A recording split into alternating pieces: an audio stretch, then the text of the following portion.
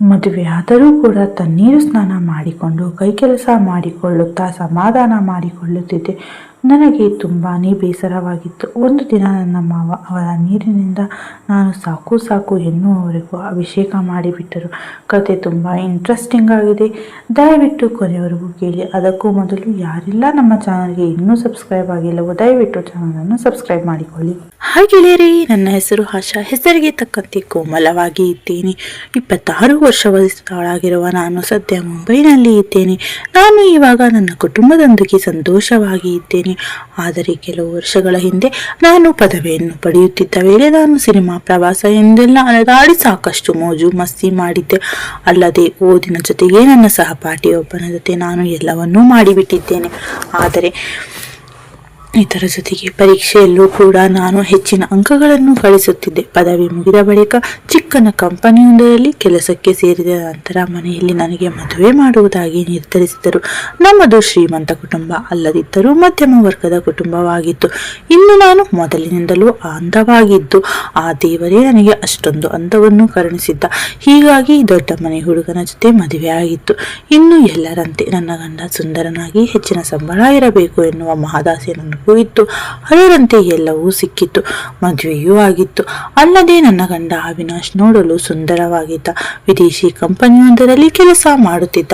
ತಿಂಗಳಿಗೆ 1 ಲಕ್ಷ ಸಂಬಳ ಇತ್ತು. ಆದರೆ ನನ್ನ ಜೀವನದಲ್ಲಿ ಕಷ್ಟ ಶುರುವಾಗಿದ್ದೇ ನನ್ನ ಮದುವೆಯಾದ್ದರಿಂದ. ಏಕೆಂದರೆ ನಾನು ಆ ದಿನವನ್ನು ಇಂದೂ ಮರೆಯಲು ಆಗುವುದಿಲ್ಲ. ಯಾಕಂದರೆ ಅದೊಂದು ವಿಪರ್ಯಾಸ ಸಂಗತಿಯಾಗಿತ್ತು. ನನ್ನ ಮದುವೆ ಅದ್ದೂರಿಯಾಗಿಯೇ ನಡೆದಿತ್ತು. ಬಂಧು ಮಿತ್ರರು ಎಲ್ಲರೂ ಬಂದು ಶುಭ ಹಾರೈಸಿ ಹೋಗಿದ್ದರು. ಇನ್ನು ನನಗೂ ಕೂಡ ಎಲ್ಲವೂ ಎಂದುಕೊಂಡಂತೆ ಆಯಿತು ಎಂದು ತುಂಬಾನೇ ಖುಷಿಯಾಗಿತ್ತು. ಇನ್ನು ಎಷ್ಟು ವರ್ಷದಿಂದ ಯಾರಿಗೂ ಪೂರ್ತಿ ಕೊಡದ ಅಮೂಲ್ಯ ವಸ್ತುವಿಗೆ ಕೊನೆಗೂ ಒಬ್ಬ ಮಾಲೀಕ ಸಿಕ್ಕಿದ್ದ ಎಂದು ಸಂತೋಷವಾಗಿತ್ತು. ಆದರೆ ಮೊದಲ ದಿನವೇ ನನಗೆ ಆಶ್ಚರ್ಯ ಜೊತೆಗೆ ಆಘಾತವೂ ಕಾದಿತ್ತು. ಅವಿನಾಶ್ ಮೊದಲ ದಿನ ನನ್ನನ್ನು ನೋಡಲೇ ಇಲ್ಲ. ಅವನು ಬೇಜಾರಿನಲ್ಲಿ ಇದ್ದಂತೆ ಕಾಣಿಸುತ್ತಿತ್ತು. ಅವತ್ತು ಹಾಗೆ ಸ್ವಲ್ಪ ಹೊತ್ತು ಮಾತನಾಡಿದ ಬಳಿಕ ಎಲ್ಲವೂ ಶುರುವಾಗುತ್ತದೆ ಎಂದುಕೊಂಡಾಗಲೇ ಅವನು ದೂರ ಹೋಗಿ ಬಿದ್ದುಕೊಂಡ. ಅವನು ನನ್ನ ಹತ್ತಿರವೂ ಸುಳಿಯಲಿಲ್ಲ. ಅಲ್ಲಿಗೆ ನನ್ನ ಕನಸು ನುಚ್ಚುನೂರಾಗಿತ್ತು. ನನ್ನ ಹಸಿವಿಗೆ ಕೊನೆಯೇ ಇಲ್ಲ ಎಂಬಂತೆ ನಾನು ಅಳುತ್ತಾ ಕೂತೆ. ಮರುದಿನ ಯಾರಿಗೋ ವಿಷಯವನ್ನು ಹೇಳಲು ಆಗದೆ ಮನಸ್ಸಿನಲ್ಲಿ ನೊಂದುಕೊಳ್ಳುತ್ತಾ ಸುಮ್ಮನೆ ಇದ್ದೆ. ಅವರ ಮನೆ ಎಲ್ಲಾ ಸದಸ್ಯರು ನನ್ನನ್ನು ಚೆನ್ನಾಗಿಯೇ ನೋಡಿಕೊಳ್ಳುತ್ತಿದ್ದರು. ಸಾಕಷ್ಟು ಆಸ್ತಿ ಪಾಸ್ತಿ ಇದ್ದರೂ ಸಹಿತ ನಮಗೆ ನೆಮ್ಮದಿ ಇರಲಿಲ್ಲ. ಏಕೆಂದರೆ ಅದೆಲ್ಲವೂ ನನಗೆ ಅದು ಶೂನ್ಯ ಎಂದು ಎನಿಸುತ್ತಿತ್ತು. ಅವತ್ತು ನಾನು ಪೂರ್ತಿ ದಿನವನ್ನು ಬೇಜಾರಿನಲ್ಲಿಯೇ ಕಳೆದು ಬಿಟ್ಟೆ. ಮನೆಯಲ್ಲಿ ಎಲ್ಲರೂ ಖುಷಿಯಾಗಿದ್ದರು. ನಾನು ಕೂಡ ಯಾವುದರ ಬಗ್ಗೆ ಮಾತನಾಡುವಂತೆ ಇರಲಿಲ್ಲ. ಆಮೇಲೆ ನೀರು ಸುರಿದುಕೊಂಡು ಪೂಜೆ ಎಲ್ಲವನ್ನು ಮುಗಿಸಿ ನಾನು ಮನೆ ಕೆಲಸ ಮಾಡಿದೆ. ಹಾಗೆ ಮನೆ ಇತರ ಸದಸ್ಯರು ನಾನು ವಿಶ್ರಾಂತಿ ಮಾಡು ಎಂದು ನಗುತ್ತಿದ್ದರು. ಆದರೆ ನನಗೆ ಮಾತ್ರ ನನ್ನ ಪರಿಸ್ಥಿತಿ ಗೊತ್ತಿದ್ದರಿಂದ ನಾನು ಸುಮ್ಮನೆ ಇರುತ್ತಿದ್ದೆ. ಇಡೀ ದಿನ ಅವರೊಂದಿಗೆ ಖುಷಿಯಾಗಿ ಇರುತ್ತಿದ್ದೆ. ನನಗೆ ಸೂರ್ಯ ಮುಳುಗಿದ ಮೇಲೆ ಚಿಂತೆ ಕಾಡುತ್ತಿತ್ತು. ಯಾವ ಜನ್ಮದ ಕರ್ಮವೋ ಏನೋ ನನಗೆ ಇಂಥ ಪರಿಸ್ಥಿತಿ ಬಂದಿದೆ ಎನಿಸುತ್ತಿತ್ತು. ಗೊತ್ತಿಲ್ಲದಂತೆ ಅದೆಷ್ಟೋ ಬಾರಿ ಕಣ್ಣೀರು ಹಾಕಿದ್ದೆ. ಹೀಗೆ ಇದ್ದಾಗಲೇ ಮನೆಯ ಇತರ ಸದಸ್ಯರು ನಮ್ಮನ್ನು ವಿದೇಶಕ್ಕೆ ಕಳುಹಿಸಲು ತೀರ್ಮಾನಿಸಿದಾಗ ಅವಿನಾಶ್ ತಿರಸ್ಕರಿಸಿದ. ಅವನಿಗೆ ಕಂಪನಿಯಲ್ಲಿ ಜಾಸ್ತಿ ಕೆಲಸ ಇರಬಹುದು, ಅದಕ್ಕೆ ಹೀಗೆ ಮಾಡುತ್ತಿದ್ದಾನೆ ಎಂದು ಭಾವಿಸಿದೆ. ಹಾಗಾಗಿ ಅವನಿಗೂ ಜಾಸ್ತಿ ಕೇಳಲಿಲ್ಲ. ಆದರೆ ನಾನು ಮಾತ್ರ ಸಮಯ ಸಿಕ್ಕಾಗೊಮ್ಮೆ ಆಗಾಗ ಹಸಿವನ್ನು ತೀರಿಸಿಕೊಳ್ಳುತ್ತಾ ಕೈ ಕೆಲಸ ಮಾಡಿಕೊಳ್ಳುತ್ತಿದ್ದೆ. ಇನ್ನು ಅವಿನಾಶ್ನ ರಜೆಗಳು ಮುಗಿಯುತ್ತಾ ಬರುತ್ತಿದ್ದಂತೆ ನನ್ನನ್ನು ಅವನ ಜೊತೆಗೆ ಮುಂಬೈಗೆ ಕಳಿಸಿಕೊಡಲು ತೀರ್ಮಾನಿಸಿದಾಗ ಅವಿನಾಶ್ ಬೇಡ ಎಂದು ಹೇಳಿದ. ಕೊನೆಗೆ ಮನೆಯವರ ಮಾತನ್ನು ಕೇಳಿ ನನ್ನನ್ನು ಕರೆದುಕೊಂಡು ಹೋಗುವಂತೆ ತೀರ್ಮಾನಿಸಿದ. ಇಲ್ಲಿಗೆ ಬಂದ ನಾನು ನಿಧಾನವಾಗಿ ಇಲ್ಲಿನ ಪರಿಸರಕ್ಕೆ ಹೊಂದಿಕೊಂಡೆ. ಆದರೆ ನನಗೆ ಮಾತ್ರ ನೆಮ್ಮದಿ ಎನ್ನುವುದು ಇರಲಿಲ್ಲ. ಇಲ್ಲಿಗೆ ಬಂದು 1 ತಿಂಗಳಾದರೂ ಸಹಿತ ಇಲ್ಲಿಯೂ ಕೂಡ ಅದೇ ಕತೆ ಮುಂದುವರೆದಿತ್ತು. ಅವಿನಾಶ್ ಯಾವಾಗಲೂ ಮನೆಗೆ ಲೇಟಾಗಿ ಬರುವುದು, ಬೇಗ ಊಟ ಮಾಡಿ ಆಫೀಸ್ ಕೆಲಸ ಮಾಡುತ್ತಿದ್ದ. ಅವನು ನಾನು ಊಟ ಮಾಡಿದ್ದೇನಾ ಇಲ್ಲವಾ ಎಂದೂ ಸಹ ಕೇಳುತ್ತಿರಲಿಲ್ಲ. ನಾನು ದಿಕ್ಕು ತೋಚದೆ ಊಟ ಮಾಡಿ ಬೀಳುತ್ತಿದ್ದೆ. ಹೀಗೆ 3 ತಿಂಗಳು ಕಳೆದರೂ ಏನೂ ನಡೆಯಲೇ ಇಲ್ಲ. ನಾನು ಏನೇನೋ ಉಪಾಯ ಮಾಡಿ ಮುಂದೆ ಹೋದರೂ ಸಹಿತ ಅವನ ಆಫೀಸ್ ಕೆಲಸ ಇದೆ ಎಂದು ಹೇಳಿಬಿಡುತ್ತಿದ್ದ. ಇಷ್ಟೆಲ್ಲ ಆದ ಮೇಲೆ ನನಗೆ ಏಕೋ ಇವನ ಮೇಲೆ ಬರುತ್ತಾ ಅನುಮಾನ ಬರತೊಡಗಿತ್ತು.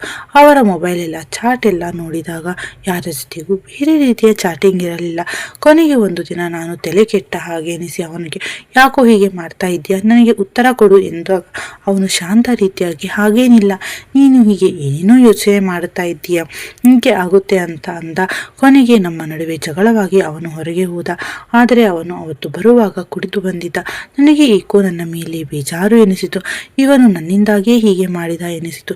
ಈ ನಡುವೆ ನಾನು ನನ್ನ ಗೆಳತಿಯ ಜೀವನ ಹಾಳಾಗಿ ಹೋಗಿದೆ ಎಂದು ನಡೆದ ಎಲ್ಲ ಘಟನೆಗಳನ್ನು ಹೇಳಿ ಅತ್ತಿದ್ದೆ. ಕೊನೆಗೆ 4-5 ತಿಂಗಳು ಅವಿನಾಶ್ ಮನೆಯಲ್ಲಿ ಕುಡಿಯುತ್ತಿದ್ದ. ನಾನು ಕೂಡ ಈಗಿನ ಕಾಲದಲ್ಲಿ ಮಾಮೂಲು ಎಂದು ತಕರಾರು ಮಾಡದೆ ಸುಮ್ಮನಾಗಿದ್ದೆ. ಹೀಗಿದ್ದಾಗಲೇ ನಾನು ಒಂದು ಉಪಾಯ ಮಾಡಿದ್ದೆ. ಅವನಿಗೆ ಸ್ನ್ಯಾಕ್ಸ್ ಎಲ್ಲ ಮಾಡಿಕೊಡುತ್ತಿದ್ದೆ. ಸಮಯ ನೋಡಿ ಒಂದು ದಿನ ಅವನು ಫೋನ್ನಲ್ಲಿ ಮಾತನಾಡುವಾಗ ಹಳೆ ಬಾಟಲ್ ಒಂದನ್ನು ಮತ್ತೊಂದು ಬೇರೆಯೊಂದಿಗೆ ಸುರಿತು ಅವನು ಅದನ್ನು ಕುಡಿದು ಬಿಟ್ಟ. ಇದರಿಂದ ಅವನಿಗೆ ಅವತ್ತು ಜಾಸ್ತಿ ಏರಿತ್ತು. ಆಗ ಅವನಿಗೆ ನಾನು ಸಮಾಧಾನ ಮಾಡುತ್ತಾ, ಏಕೆ ಮನೆಯಲ್ಲಿ ಹೀಗೆ ಮಾಡ್ತಿದ್ದೀಯಾ ಎಂದು. ಅವನು ನನಗೆ ಈ ರೀತಿಯ ಮದುವೆ ಇಷ್ಟವಿರಲಿಲ್ಲ, ನಾನು ಬೇರೆ ಥರದ ಮನುಷ್ಯ ಎಂದು ಹೇಳಿದ. ಅವನ ಮಾತು ಕೇಳಿ ನನಗೆ ನಗು ಬಂತಾದರೂ ಮರುಕ್ಷಣ ಆಕಾಶವೇ ಕಳಚಿ ಬಿದ್ದಂತಾಗಿತ್ತು. ಗೊತ್ತಿಲ್ಲದಂತೆ ಕಣ್ಣೀರು ಹರಿಯತೊಡಗಿತ್ತು. ನಾನು ಅವನಿಗೆ ಯಾಕೆ ನನ್ನ ಜೀವನ ಹಾಳು ಮಾಡಿದೆ ಎಂದಾಗ ಅವಿನಾಶ್ ಮನೆಯವರ ಒತ್ತಾಯಕ್ಕೆ ಎಲ್ಲವೂ ನಡೆಯಿತು. ನನ್ನನ್ನು ಕ್ಷಮಿಸು, ನಾನು ಬದಲಾಗೋಕೆ ಪ್ರಯತ್ನ ಪಡುತ್ತಾ ಇದ್ದೇನೆ ಎಂದು ಅವನೂ ಅಳತೊಡಗಿದ. ನನಗೆ ಜೀವನವೇ ನರಕ ಎಂದೆನಿಸಿತು. ಮಾರನೇ ದಿನ ಅವನು ಆಫೀಸ್ಗೆ ಹೋಗುವಾಗ ನನಗೆ ಕ್ಷಮೆ ಕೇಳಿ ಹೋದ. ಆದರೆ ನಾನು ಏನೂ ಹೇಳಲಿಲ್ಲ. ನನ್ನ ಜೀವನವು ಹಾಳಾಗಿ ಹೋಗಿತ್ತು. ನನ್ನ ಹಸಿವನ್ನು ಹೇಗೆ ತೀರಿಸಿಕೊಳ್ಳುವುದು ಎಂದು ಯೋಚನೆ ಮಾಡುತ್ತಾ ಇದ್ದಾಗಲೇ ಒಂದು ದಿನ ನನ್ನ ಮನೆಗೆ ಅವಿನಾಶ್ನ ತಂದೆ ಮನೆಗೆ ಬಂದಿದ್ದರು. ಮೊದಲಿಗೆ ಅವರು ಏನನ್ನೂ ಹೇಳಲಿಲ್ಲ, ಏಕೆಂದರೆ ಅವರಿಗೆ ನಮ್ಮ ಜಗಳ ಬಗ್ಗೆ ತೋರಿಸಿಕೊಳ್ಳಲಿಲ್ಲ. ನಾವು ಚೆನ್ನಾಗಿದ್ದದ್ದನ್ನು ಕೊಂಡರು.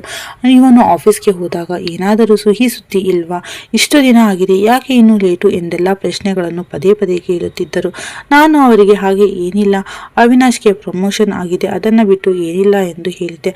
ಆಗ ಅವರು ನಾನು ಅದನ್ನು ಕೇಳ್ತಾ ಇಲ್ಲ, ಬೇರೆ ಏನಾದರೂ ಎಂದು ಹೇಳುತ್ತಿದ್ದಾಗಲೇ ನನಗೆ ಸಿಟ್ಟು ಬಂದಿತ್ತು. ಆಗ ಅವರು ಸುಮ್ಮನಿರದೆ, ಯಾಕೆ ಕೋಪ ಮಾಡಿಕೊಂಡಿದ್ದೀಯಾ, ಯಾಕೆ, ಏನಾಗಿದೆ ಎಂದರು. ನಾನು ತಾಳ್ಮೆಯಿಂದ ಅವರ ಮಾತು ಕೇಳುತ್ತಿದ್ದೆ. ಅವರು ಸುಮ್ಮನಾಗದೆ ಮತ್ತೆ ಮತ್ತೆ ನನ್ನ ಬಳಿ ಕುಳಿತು, ಯಾಕೆ ಮುಖ ಸಪ್ಪೆ ಮಾಡಿದ್ದೀಯಾ, ಏನಾದರೂ ಸಮಸ್ಯೆ ಇದೆಯಾ ಎಂದರು. ಈಗಲೂ ನಾನು ಶಾಂತವಾಗಿ ಕೂತಿದ್ದೆ. ಅವರು ಮೇಲಿಂದ ಮೇಲೆ ಪ್ರಶ್ನೆ ಕೇಳಿದಾಗ ನನಗೆ ಸಿಟ್ಟು ಬಂದು ಮನೆಯಲ್ಲಿ ನಡೆಯುತ್ತಿದ್ದ ಎಲ್ಲವನ್ನೂ ಅವಿನಾಶ್ನ ಬಗ್ಗೆ ಹೇಳಿದಾಗ ಅವರೂ ಕೂಡ ಶಾಕ್ ಆದಂತೆ ಕೂದರು. ಆಮೇಲೆ ನಾನು ಏನಾಗಿದೆ ಇಲ್ಲ ಎನ್ನುವಂತೆ ಜೋರಾಗಿ ಅಳತೊಡಗಿದೆ. ಅವರು ನನಗೆ ಸಮಾಧಾನ ಮಾಡುತ್ತಿದ್ದಾಗ ನಾನು ದುಃಖ ತಾಳಲಾರದೆ ಅಚಾನಕ್ ಆಗಿ ತಪ್ಪಿಕೊಂಡಾಗ ನನಗೆ ಮೈಕೈಯಲ್ಲಿ ಕರೆಂಟ್ ಹೊಡೆದಂತೆ ಅನಿಸಿತು. ಒಂದು ಕ್ಷಣ ಏನೇನೋ ಯೋಚನೆ ಮಾಡಿ ಕಾಲೇಜಿನಲ್ಲಿ ಸಾಕಷ್ಟು ಆಟವಾಡಿದ್ದ ನನ್ನ ಪರಿಸ್ಥಿತಿಯನ್ನು ನಿಭಾಯಿಸಿಕೊಂಡು ಅವತ್ತು ಅದೇ ಸಮಯವನ್ನು ಬಳಸಿಕೊಂಡು ಅಲ್ಲಿಯೇ ಒಂದಾಗಿ ಬಿಟ್ಟೆ. ಮೊದಲು ಸೀನಿಯರ್ ಆಗಿದ್ದವರು ಚೆನ್ನಾಗಿಯೇ ಬೇರೆ ಬೇರೆ ಪ್ರಯೋಗ ಮಾಡಿ ಆ ಕೆಲಸವನ್ನು ಮಾಡಿಬಿಟ್ಟರು. ಅದನ್ನು ಕಂಡು ಗಾಬರಿಯಾಗಿ ಜೊತೆಗೆ ಸಂತೋಷವೂ ಆಗಿತ್ತು. ಆದರೆ ನನಗೆ ನನ್ನ ಜೀವನದ ಬಗ್ಗೆ ಬೇಜಾರು ಎನಿಸಿತ್ತು. ಏನೂ ಮಾಡಲು ಹೋಗಿ ಏನೋ ಆಯಿತು ಎಂದು ಎನಿಸಿತು.